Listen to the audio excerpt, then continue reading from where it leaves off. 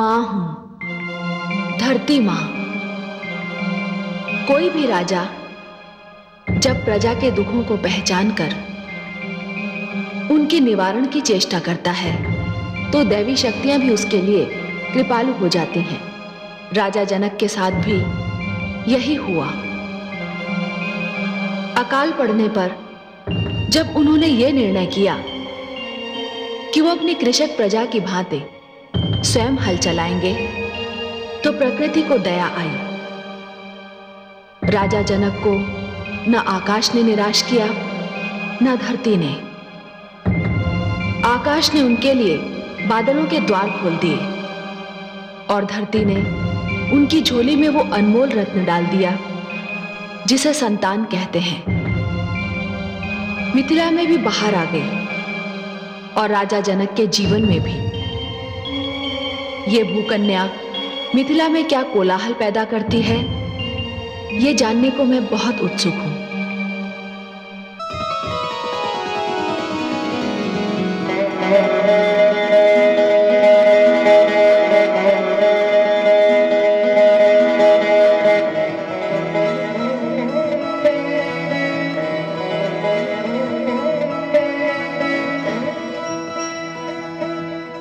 कितनी सुंदर कन्या है। इस पर दृष्टि पड़ते ही मेरे शरीर में जैसे ममता का स्रोत फूट पड़ा, जैसे कि ये भूमि से नहीं मेरी कोख से जन्मी हो। प्रिय, तब तो मैंने जो निश्चय किया है वो सर्वथा उचित है। क्या निश्चय किया है नाथ?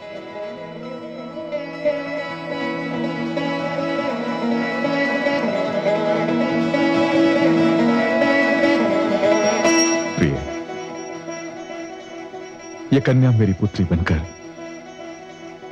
इसी राजभवन में रहेगी। सत्यनाथ? हाँ प्रिय, आज के उपरांत ये मेरी और आपकी संतान कहलाएगी। मैं आपको किन शब्दों में धन्यवाद दूं? आपने मुझे ये पुत्री देकर मेरी सुनी गोद हरी कर दी। प्रिय,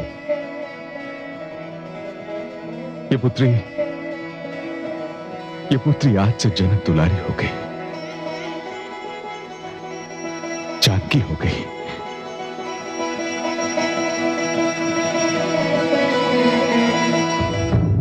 मैं मां हूं, धरती मां।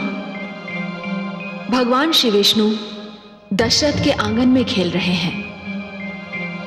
माता लक्ष्मी मेरी गोद से उठकर राजा जनक की गोद में पहुंच गई। आज तो मेरा कण कण पावन हो गया। वो शुभ कथा आरंभ होने ही वाली है जिसकी संसार प्रतीक्षा कर रहा है। किंतु वो कथा ही क्या जिसमें कोई मोड़ न आए, कोई उलझन न दिखाई दे। सो इस कथा के आरंभ होने से पहले ही मिथिला में एक विवाद उठ खड़ा हुआ। ये कैसे संभव है? ऐसे अनर्थ हुए तो हमारे समाज की तो नींव हिल जाएगी। आप सत्य कहते हैं आचार्य। यदि लोग यूं ही आगे चलकर खेतों में पड़े शिशुओं को अपनी संतान बनाने लगे तो सामाजिक व्यवस्था का क्या होगा, जो हमारे पुरखों के परिश्रम का फल है और न जाने हम उस पर कब से चलते आ रहे हैं। हाँ, किंतु हे आचार्य, यदि राजा जनक ने स्वेच्छा से किसी कन्या को अपनी पुत्री माना है तो उसमें हम कौन होते हैं आपत्ति करने वाले? ये कैसी बिना सिर पैर की बात कही आपने। अरे राजा जनक उच्च कुलीन है, महारानी सुनैना भी उच्च कुलीन है, किंतु ये भूमि कन्या उच्च कुलीन है अथवा नहीं हमें पता नहीं। इसके शरीर में किसका रक्त है हमें ये भी नहीं पता, और इसका कुल उसका तो हमें बिल्कुल ही नहीं पता। नहीं, हम ये सहन नहीं कर सकते। हाँ, हम मिथिला नरेश से जाकर पूछेंगे कि वे हमारे पुरखों की परंपरा को क्यों तोड़ रहे हैं। उन्हें हमारे प्रश्नों का उत्तर देना होगा। हाँ, उन्हें उत्तर देना ही होगा। हाँ, चलिए चलिए चलिए।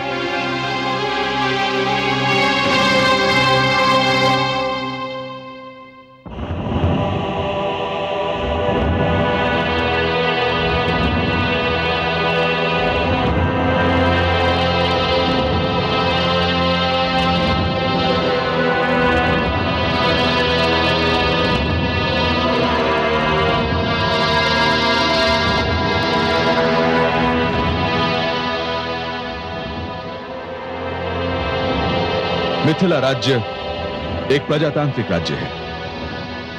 यहां किसी को भी अपने मन की बात कहने की पूर्ण स्वतंत्रता है। मैंने सुना है कि कुछ ब्राह्मण हमसे रुष्ट हैं। हाँ महाराज, हमें सुनकर बहुत दुख हुआ कि आप उस दिन भूमि से प्राप्त हुई कन्या को अपनी पुत्री बनाने की सोच रहे हैं। सोच रहा नहीं हूं ब्राह्मण देव, सोच चुका हूं, निर्णय ले चुका हूं। अब वो मेरी पुत्री है और मैं औपचारिक रूप से इसकी घोषणा भी कर चुका हूं। ये कैसे संभव है महाराज? उस कन्या का तो गोत्र, वंश तथा समाज का कुछ अता पता नहीं। हाँ महाराज, वो ये भी नहीं जानता कि उसके माता पिता हैं कौन। हाँ, वंश, गोत्र, समाज, ये आप कैसी बातें कर रहे हैं श्रीमान? वो कन्या है, वही कन्या जो माता का रूप होती है। वो तो जननी है। आप मुझे क्षमा करें श्रीमान, किंतु आप उसका वंश, गोत्र और समाज पूछ रहे हैं जो स्वयं वंश, गोत्र और समाज को जन्म देती है। उसका कुल तो समस्त संसार है। क्या इस धरती पर कोई भी वंश, गोत्र या समाज बिना कन्या के जन्म ले सकता है? मुझे तो लगता है कि ईश्वर ने मुझे इसीलिए संतान नहीं दी थी कि मैं इस कन्या का पिता बन सकूं।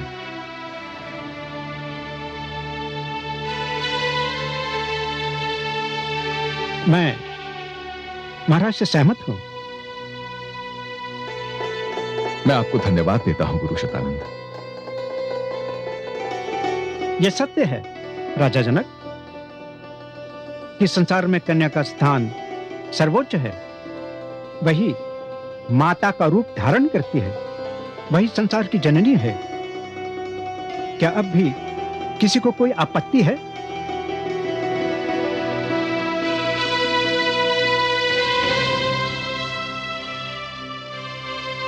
नहीं, कोई आपत्ति नहीं। मैं राजगुरु होने के नाते घोषित करता हूं कि मिथिला नरेश जनक को भूमि कन्या को अपनी पुत्री मानने का पूरा अधिकार है।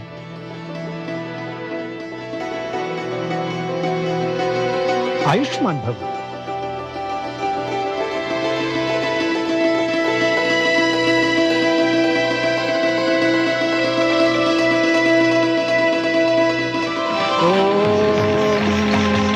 अग्नेनाय सुपधाराय अस्मान् विश्वानि देववयुनानि विद्वान् यूयोऽस्य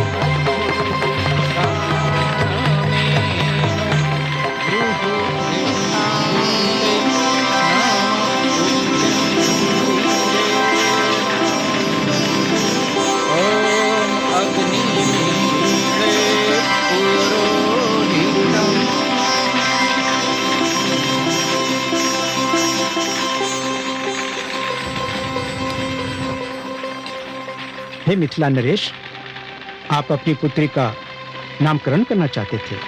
जी गुरुदेव। तो सुनिए, यह कन्या रूप, गुण और चरित्र में समस्त संसार के लिए उदाहरण बनेगी। नारी के चरित्रवती होने की कसौटी कहलाएगी। संसार में इसकी पूजा की जाएगी।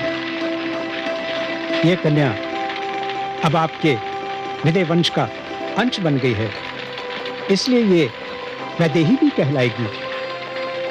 आपने इसे अपनी पुत्री मान लिया है, इसलिए इसे जानकी भी कहकर पुकारा जाएगा। हे गुरुदेव, इस कन्या का अपना एक अस्तित्व भी है। ये सारे नाम तो इसकी उपाधियां मात्र हैं। स्वयं इसका भी तो कोई नाम होना चाहिए गुरुदेव। अवश्य। हे राजा जनक, आपने इस कन्या को एक खेत में पाया था, और उस समय पाया था जब आप धरती पर हल चला रहे थे। इसलिए मैं इस कन्या को सीता नाम देता हूं। सीता अर्थात? सीता अर्थात धरती पर हल चलने से बनने वाली रेखा, यही इसका नाम होगा। इसी नाम से ये ख्याति पाएगी, इसी नाम से इसकी पूजा होगी। सीता, जनक दुलारी सीता।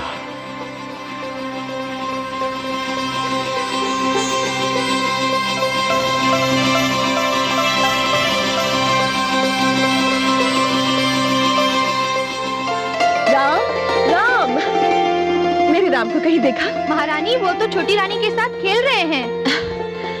दोनों को एक दूसरे के बिना चैन ही नहीं आता।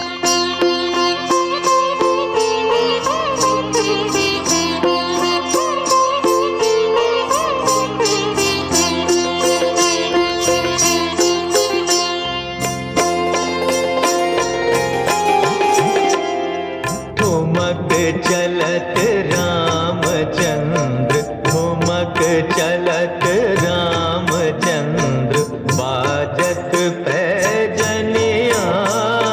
ठुमक चलत रामचंद्र, बाजत पैजनिया।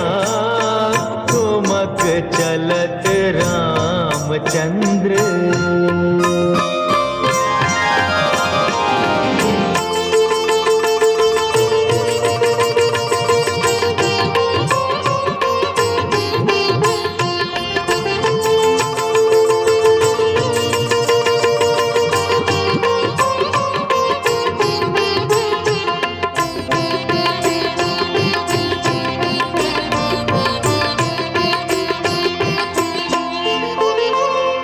किलके उठत चलत धाय, किलके उठत चलत धाय, परत भूमि लटपटाय, परत भूमि लटपटाय। धाय मात गोद लेत हो, धाय मात गोद लेत, दशरथ की रनिया। ठुमक चलत रामचंद्र, ठुमक चलत।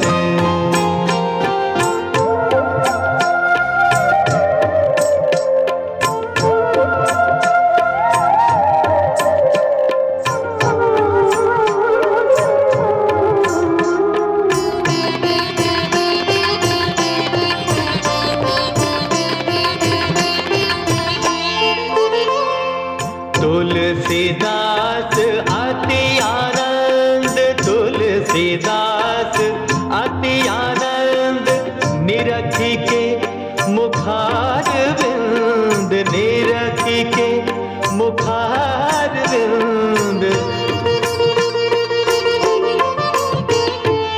रघुवर की छवि अपार हो, रघुवर की छवि अपार, रघुवर मुख बनिया। ठुमक चलत रामचंद्र, ठुमक चलत रामचंद्र, बाजत पैजनिया। ठुमक चलत रामचंद्र, बाजत पैजनिया। ठुमक चलत रामचंद्र।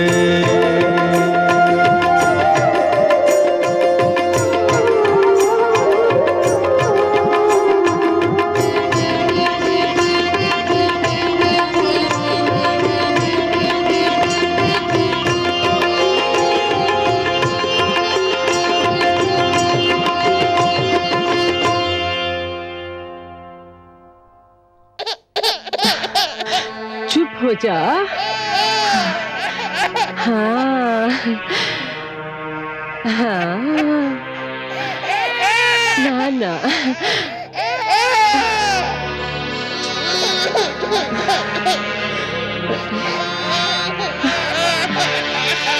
अरे लाओ धाई माँ, इसे मुझे दे दो। अब ध्यान आया। मैं तो समझी थी कि महारानी कौशल्या के पुत्र के ध्यान में तुम तुम ये भी भूल चुकी हो कि तुम्हारा भी कोई पुत्र है। धाई माँ, मैं आपकी भावना समझती हूँ, पर मैं क्या करूं? राम है ही ऐसे प्यारे कि मेरी दृष्टि उनके मुख से हटती ही नहीं। मेरी ही नहीं, सबकी यही दशा है। देखा नहीं है आपने, सब उनके चारों ओर कैसे मंडराते रहते हैं। हाँ हाँ, देखा है मैंने, भली भांति देखा। किंतु दूसरे के बालक से स्नेह करने का यह अर्थ तो नहीं कि अपने ही बालक को भुला दिया जाए। भरत का तुम पर सर्वप्रथम अधिकार है। मैं जानती हूँ धाई माँ, किंतु क्या आप जानती हैं, जितना मैं राम को चाहती हूँ, उतना ही महारानी कौशल्या मेरे भरत से प्रेम करती है। मैं इस विषय में क्या कहूँ? छोटा मुंह बड़ी बात होगी। मैं तो केवल ये जानती हूँ कि मेरा भरत तुम्हारे प्रेम को तरस रहा है, और मुझे ये तनिक भी अच्छा नहीं लगता, तनिक भी अच्छा नहीं लगता। आप अपनी भावनाओं की बंदी हैं धाई माँ, कभी उनसे ऊपर उठकर तो देखिए, आप भी राम को प्रेम करने लगेंगी। लाओ, मेरे पुत्र को मुझे दे दो। अरे अरे अरे अरे, मेरा लाडला पुत्र, अरे मेरा लाडला पुत्र। क्यों? अरे देखा, ये भी मेरी बात से सहमत है।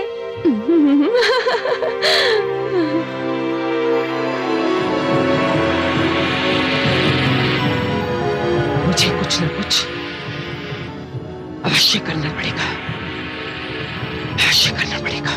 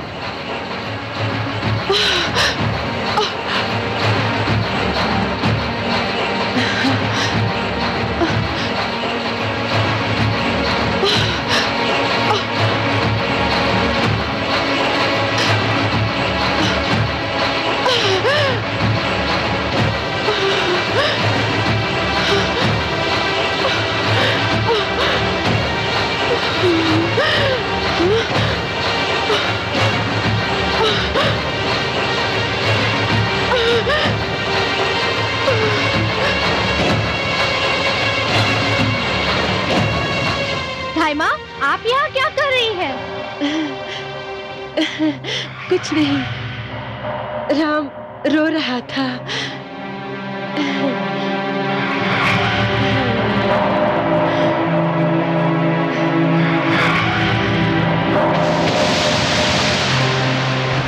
सावधान, लंकापति रावण पधार रहे हैं।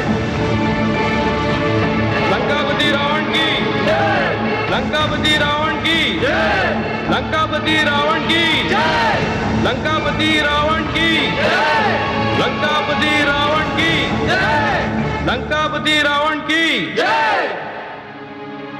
विराजिए नाना श्री।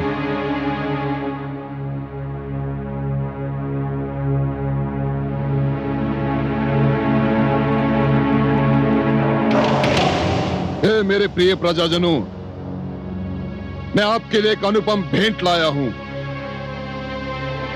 बंदियों को प्रस्तुत किया जाए।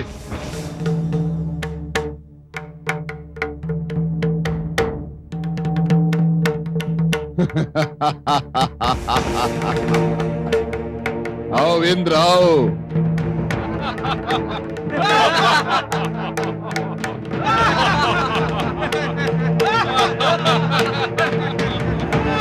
Ha ha ha ha!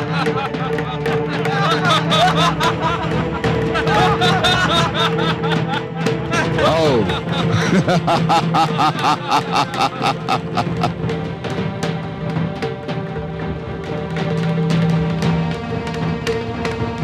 ए लंकावासियों, मैं तुम्हारा नरेश रावण, लंकापति रावण, लंकेश रावण, तुम्हारे लिए देवलोक विजय करके आ रहा हूं। ये सारे देवता जिनकी मानवलोक में पूजा की जाती है, अब मेरी चाकरी करेंगे, लंकापति रावण की चाकरी।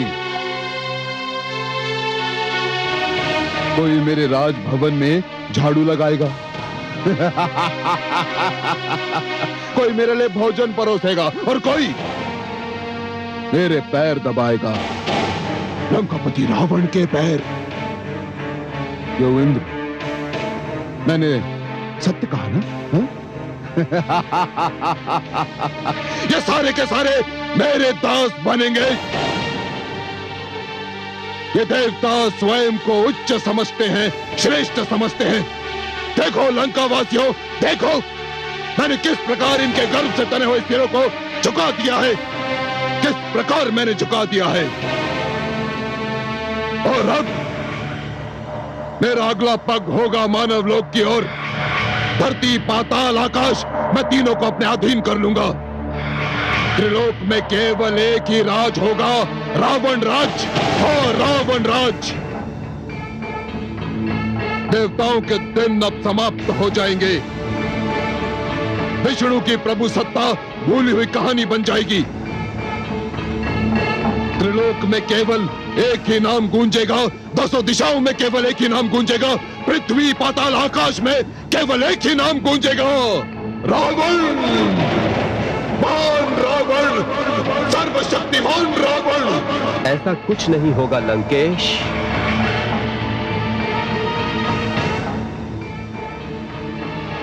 कौन है ये? कौन है ये? किसके मुख से निकली यह शुभ वाणी? कौन है ये? ये मैंने कहा लंकेश। तू कौन है? तू? मैं काल हूं, मुझे महाकाल भी कहते हैं। तुझे साहस कैसे हुआ ऐसी अशुभ बात कहने का? तुम जिसे अशुभ कहते हो उसे मैं सत्य कहता हूं। मैं तेरा सर्वनाश कर दूंगा काल, सर्वनाश कर दूंगा मैं तेरा। तुम वो भी नहीं कर पाओगे रावण। मेरे दो रूप हैं, एक जीवन, दूसरा मृत्यु। ना तुम जीवन का सर्वनाश कर सकते हो, ना मृत्यु का। तुम मेरे दोनों में से किसी रूप से भी छुटकारा नहीं पा सकते।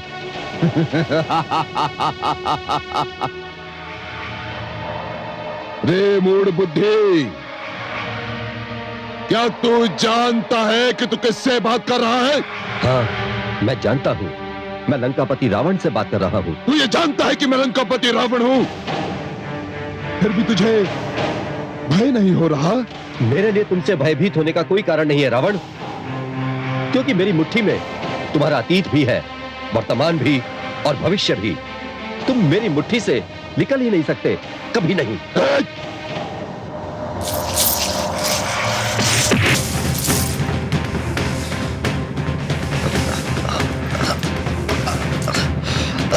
तू इस मुट्ठी की बात कर रहा है?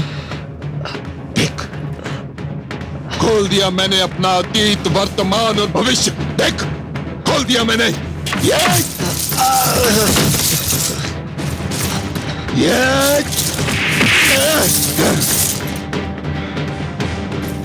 मैं तुझे अपने पैरों तले मसल सकता हूं, तेरा सर्वनाश कर सकता हूं। तो अब देख मैं तेरी क्या दशा बनाता हूं। सैनिकों, ले जाओ इसे और इसे मेरे सिरहाने बांधो। ले जाओ इसे।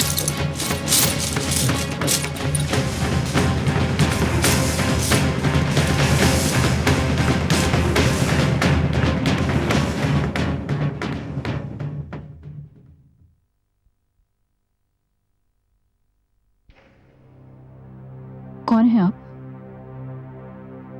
मैं काल हूं देवी, मुझे आपके पति देव ने बंदी बनाया है। ये मेरे स्वामी को क्या हो गया?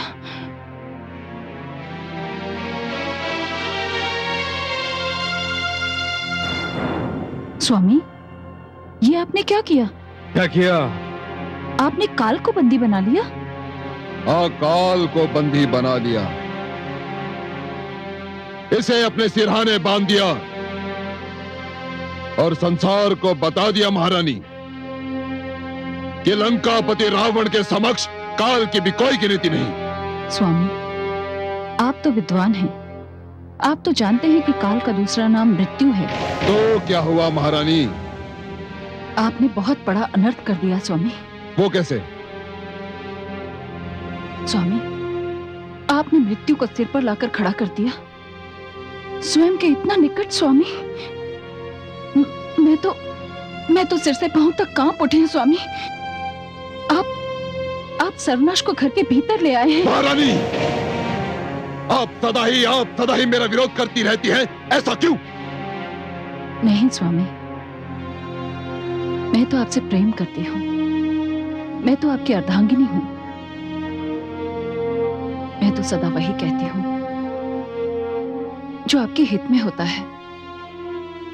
आप भले ही इसे विरोध कहें, पर स्वामी, मैं आपके, अपने और इस वंश के हित में ही कहती हूं। इसे मुक्त कर दीजिए स्वामी, इसे मुक्त कर दीजिए। क्या कहा आपने? मुक्त कर दूं? इसे मुक्त कर दूं? लगता है मस्तिष्क फिर गया है आपका। मैं इसे यहां इसलिए लाया था कि इसके सिर पर पांव रखकर संसार को बता दूं कि मैंने काल को भी जीत लिया। काल को कोई जीत नहीं सकता। काल अजेय है, सब कुछ समाप्त हो सकता है, किंतु काल समाप्त नहीं हो सकता। काल अनादि है, अनंत है।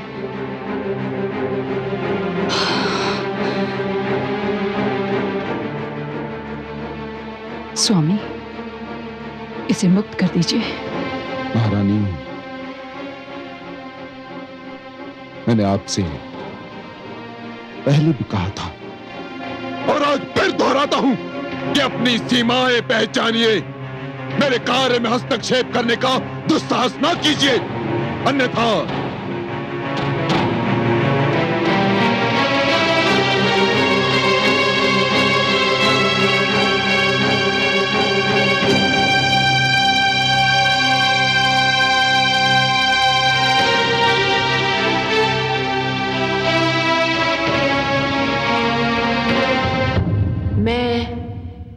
मां हूं, धरती मां। एक और रावण काल के सिर पर पांव रखना चाह रहा था और दूसरी ओर जगत नियंता की बाल लीला प्रारंभ हो चुकी थी।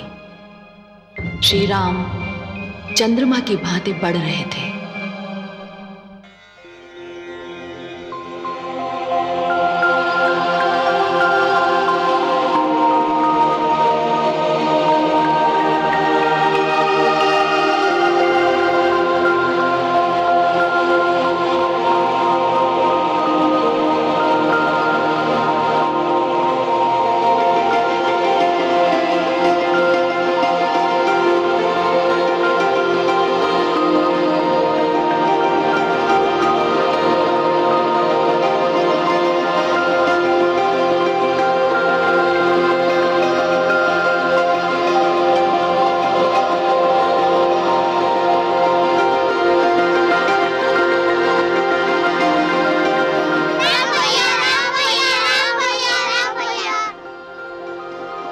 राम भैया, आज हम बन जाएंगे। उस दिन जो छोटा सा मृग दिखाई दिया था ना, उसे हम पकड़ के अपने भवन में लाएंगे। और वो छोटा सा हाथी भी तो गुजरात के पीछे पीछे भागता है। चलो ना भैया। हम अवश्य चलेंगे, किंतु अभी अभी सवेरा हुआ है और सवेरा होते ही जानते हो सबसे पहले क्या किया जाता है? क्या किया जाता है भैया? आँख खुलते ही सबसे पहले माता पिता के चरणों में शीश नवाया जाता है। उन्हें प्रणाम किया जाता है। सवेरे सवेरे माता पिता के चरणों में सिर झुकाने से भाग्य खुल जाता है। तो चलो हम भी पहले यही कार्य करते हैं। चलो।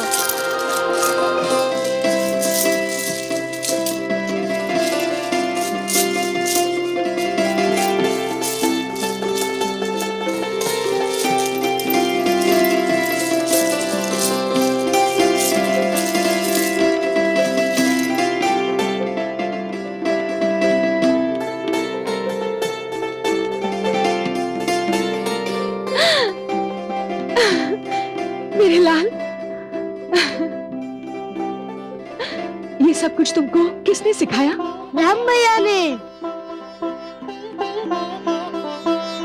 राम भैया ने? हाँ, कहते हैं माता पिता के चरण छूने से भाग्य खुल जाता है।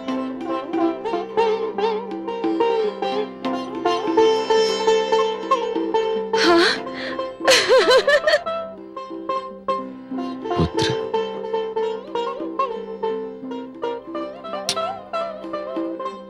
धन्य हो पुत्र।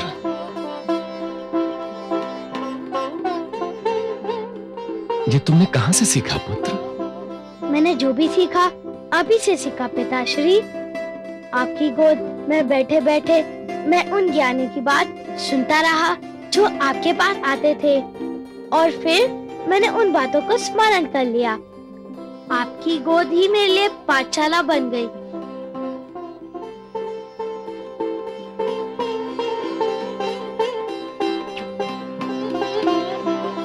यशस्वी भव पुत्र, यशस्वी भव।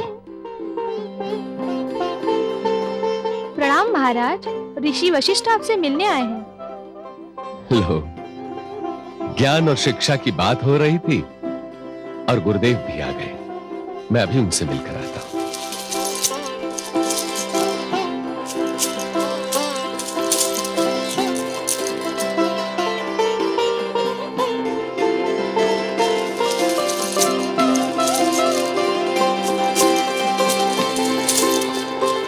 प्रणाम गुरुदेव। आयुष्मान भव। स्वागत है। मैं सोच रहा था कि मेरे पुत्रों की शिक्षा अब औपचारिक रूप से आरंभ हो ही जानी चाहिए। बड़ा ही शुभ विचार है राजन। तो आप उन्हें अपनी शरण में ले लीजिए गुरुदेव। राजन, मैं बिना परीक्षा लिए किसी को अपना शिष्य नहीं बनाता, इसलिए आपके पुत्रों को भी परीक्षा देनी होगी। अपने पुत्रों को मेरे पास बुलवाइए। अवश्य गुरुदेव। दासी, आज्ञा महाराज। महारानी कौशल्या से कहो कि वो हमारे पुत्रों को लेकर यहां आ जाए। जो आज्ञा महाराज। गुरुदेव, आसन ग्रहण कीजिए।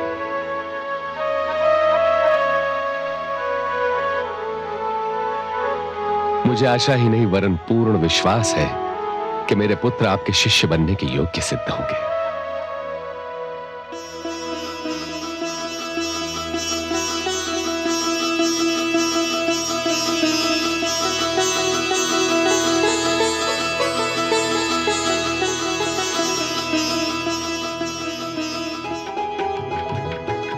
प्रणाम गुरुदेव। यशस्वी भव। अच्छा ये बताओ वत्स कि प्रणाम करने का क्या फल मिलता है? छोटी माँ कहती है कि गुरुदेव को प्रणाम करने से ज्ञान मिलता है। सुंदर, अति सुंदर। और आपको क्या बताया गया राजकुमार भरत? आयुष्मान भव। मुझे बड़ी माँ ने बताया है कि छोटों को वही करना चाहिए जो बड़े करते हैं। सुंदर, बहुत सुंदर। आओ लक्ष्मण।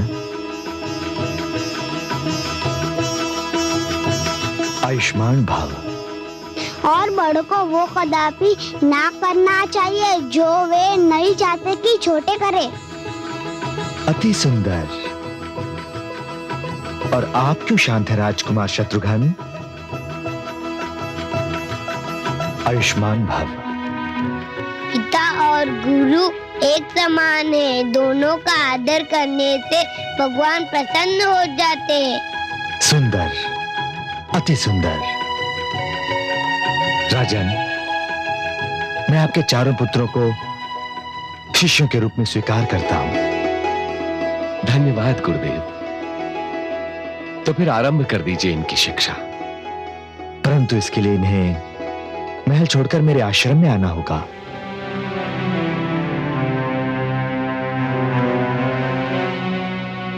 गुरुदेव, ये कैसे संभव है? परंतु क्यों संभव नहीं है राजन? गुरुदेव, मैं इन चारों, विशेषकर राम के बिना तो एक पल भी नहीं रह सकता। इन चारों की दूरी मेरे लिए बहुत बहुत कष्टदायक होगी। राजन, आपको अपने कष्ट और इन राजकुमारों के हित में से एक को चुनना होगा। इनकी दूरी यदि आपके लिए कष्टदायक है तो इनके लिए हितकर है। निर्णय आपको करना है। हां, जैसा कि आपको ज्ञात है, मेरा आश्रम यही निकट सरयू के तट पर स्थित है। आपका जब मन करे आ जाएं, आपका स्वागत है।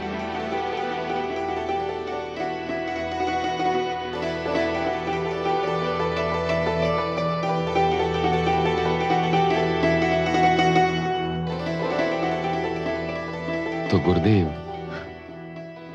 कब भेजूं इन्हें आपके आश्रम? शुभस्य शीघ्रम। हम तैयार हैं। क्यों अनुज? हाँ। आओ, चलो।